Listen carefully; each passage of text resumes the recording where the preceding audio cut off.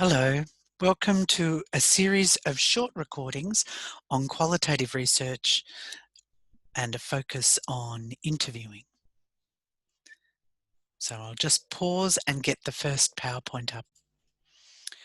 So some of this material was originally prepared for a unit in February this year under the title of Qualitative Research Practice in Health, and I've modified it slightly for speech pathology master's students. I thought I might just begin with a very brief overview of my interest and background in qualitative research. So as a clinician, I primarily worked with people who had complex disabilities after stroke or traumatic brain injury and conditions like cerebral palsy. And from my experiences, I felt that each individual was quite unique, and the way they responded to treatment, the way they accepted or learned to work with their disability, particularly in their everyday life, meant that I ended up becoming really interested in qualitative research methodologies. And in my master's degree, where I looked at how speech therapists work with interpreters, I used a combination of ethnography and CA. So the ethnography component, I did participant observations with a number of interpreters in a range of different hospitals in Melbourne. And then I did some in-depth interviews with 8 interpreters and 6 speech pathologists. And then I did one CA analysis of one of those aphasia assessment sessions. So I got quite a lot of experience with in-depth interviewing, the pros and cons, as well as the power of observation and just understanding the environment in which people work. For the first version of my PhD, which was looking at initially at English language competence for professional practice, I ran a series of focus group discussions around Australia. And I also had therapists collecting examples of everyday therapy interactions. But after going through the first round of analysis, I felt like we were creating an us and them, that we were very clear about what we expected of overseas trained speech pathologists to work in Australia, but we weren't really describing what communicative competence is required for professional practice. It's kind of like an assumption that if you're a speechy, you're a good communicator.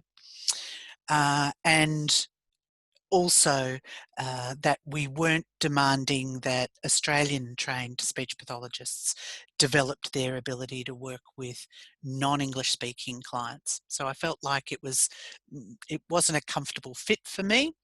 So I ended up in the second version using those everyday therapy examples that had been sent to me, and simply looked at the range of communicative skills required, and I ended up getting very interested in how we evaluate client performance, and that was very much more a conversation analysis thesis. So I just wanted to flag my background in interviewing, in focus groups, in participant observation, in ethnography, and in CA. So in this series, we're going to cover off some material in this first one about paradigms and methodologies, and then there'll be a separate one on interviewing and data collection, and a third one on the writing up process. It's a bit of an overlap between the interviews and data collection, and then the data collection and writing up, but I figured that some repetition might be useful. So, qualitative research. There's a whole lot of different ways of defining it. I quite like the simplicity myself. It really involves any research that uses data that do not indicate numbers or ordinal values. So if you can't put a number on it, then it probably is qualitative. And that covers off quite a broad range. Another way of defining it would be looking at experiences, beliefs, attitudes, actions, interactions, any of those things that are quite much more individual. And when we look at where qualitative research fits across the cross-section of different paradigms, I think it's interesting to really think about. There has often been or long been a bit of a tussle, particularly in health research, between more deductive kinds of ways of knowing. So a paradigm really is a way of understanding or a way of knowing something. And down that deductive end, where we'd have more positivist kind of paradigms, which is that we can only know things that we can test. And down the other end then, we'd have we can only know things by, some things we can only know by understanding the experience of the individuals. And so deductive kinds of paradigms are all about testing theories or hypotheses against the data, whereas more inductive paradigms are much more about generating theory from the data. And so down the inductive end, which is where the qualitative research methodologies would fit, there are multiple different terms for different kinds of paradigms. The one that we're going to be talking about, so in terms of interviewing or ethnography or even CA, would probably fit into constructionism. So that is that the social world is constructed by people and their interactions, their beliefs, their attitudes. And so we need to understand those things before we can generate any theory from that. Critical theory is more about saying that whenever we have humans, we will have the potential for an imbalance of power. And that we need to be able to understand power if we're going to understand the lived experience of individuals. And participatory paradigms tend to say that almost like nothing about us without us. So we must have the people whose experience we're seeking to understand as active participants in the research process. So these are some possibly different ideas to present to you, but it is important to take away from this idea that you have to be clear about your paradigm. And it is useful to read further about where in that qualitative research domain your work is going to fit. But it's also useful to think about the fact that there are different ways of knowing things, that some things we can know through measuring them, but some things we can only seek to understand through listening to the lived experience of others. So some things we need to listen to people, whereas other things we can kind of crunch the numbers on. All right, let's move forward. And I would argue that health definitely needs more qualitative researchers for a range of reasons. If we're really committed to this idea of evidence-based practice involving a triangle of the client's experience, the research experience, and clinician experiences, then we need qualitative methodologies help us to really understand 2 out of 3 points of that triangle. Says she, trying to get her triangle visible. There we go. So to understand clinician attitudes, beliefs, processes, decision making, frameworks, that kind of requires a qualitative methodology. Likewise, to understand client perspectives, their experiences, their beliefs, their attitudes, their motivations. Again, this requires us to explore qualitative methodologies. But more importantly than that, I think, at a bigger picture level, one of the big issues for the health sector more broadly is that there's not always been a great adherence to treatment. Now, that's more of an issue in the medical field.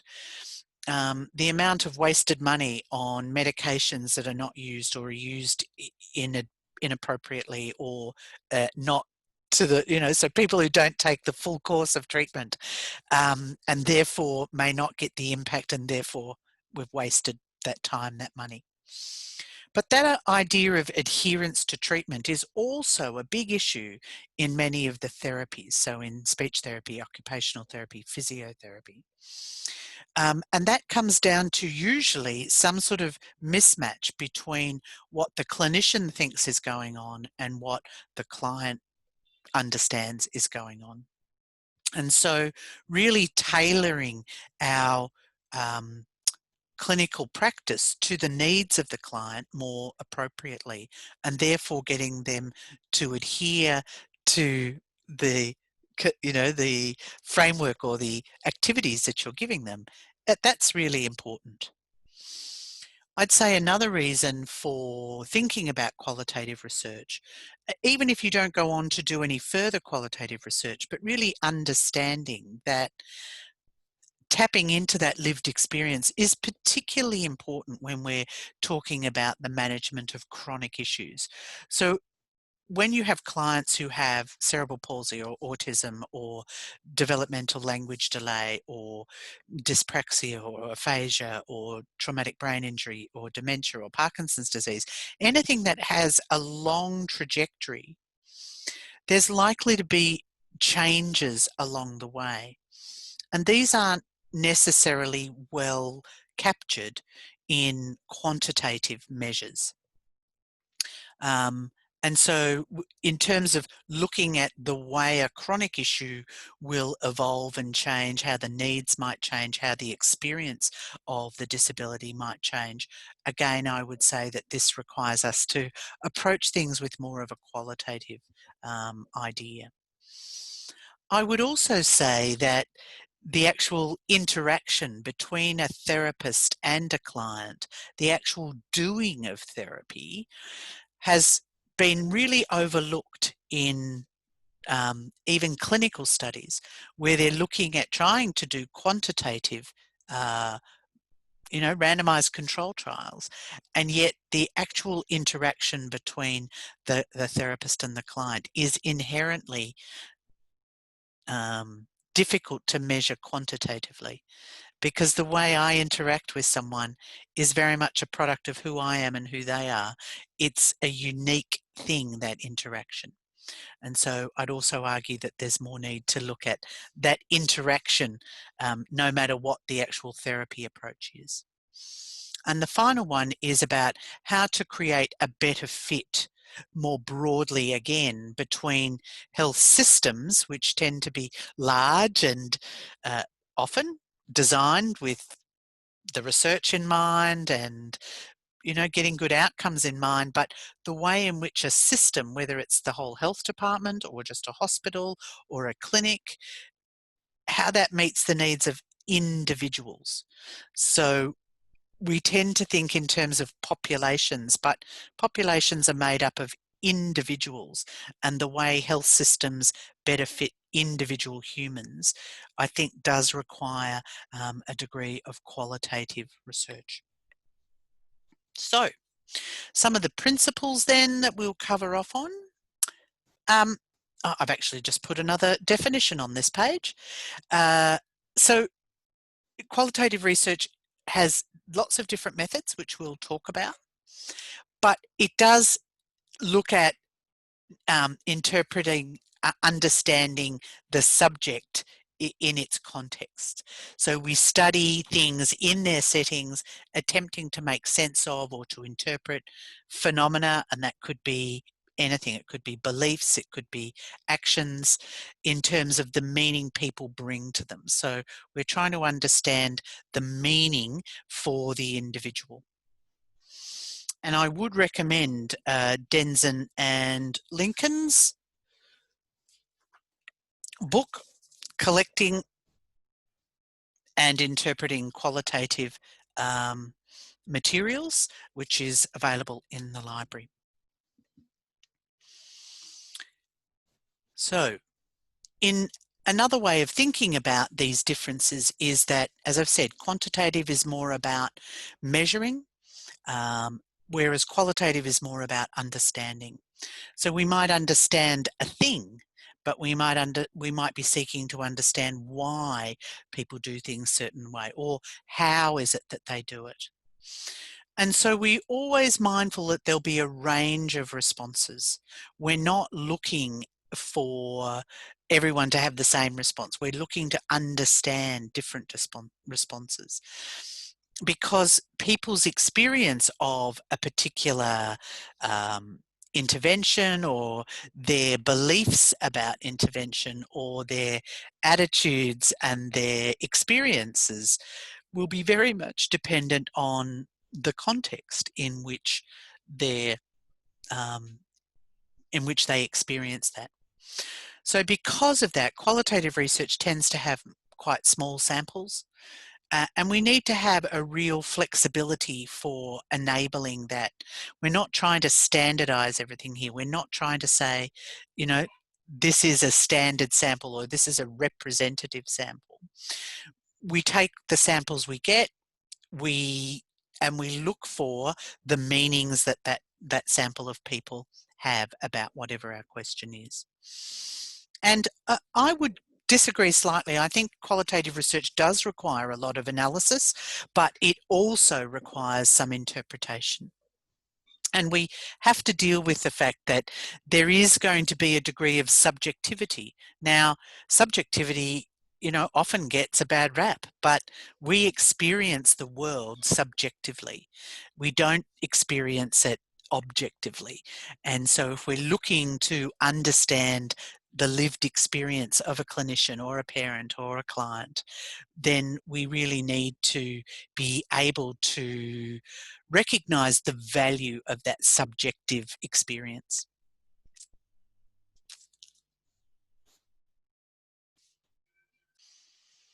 So qualitative research is used for different purposes.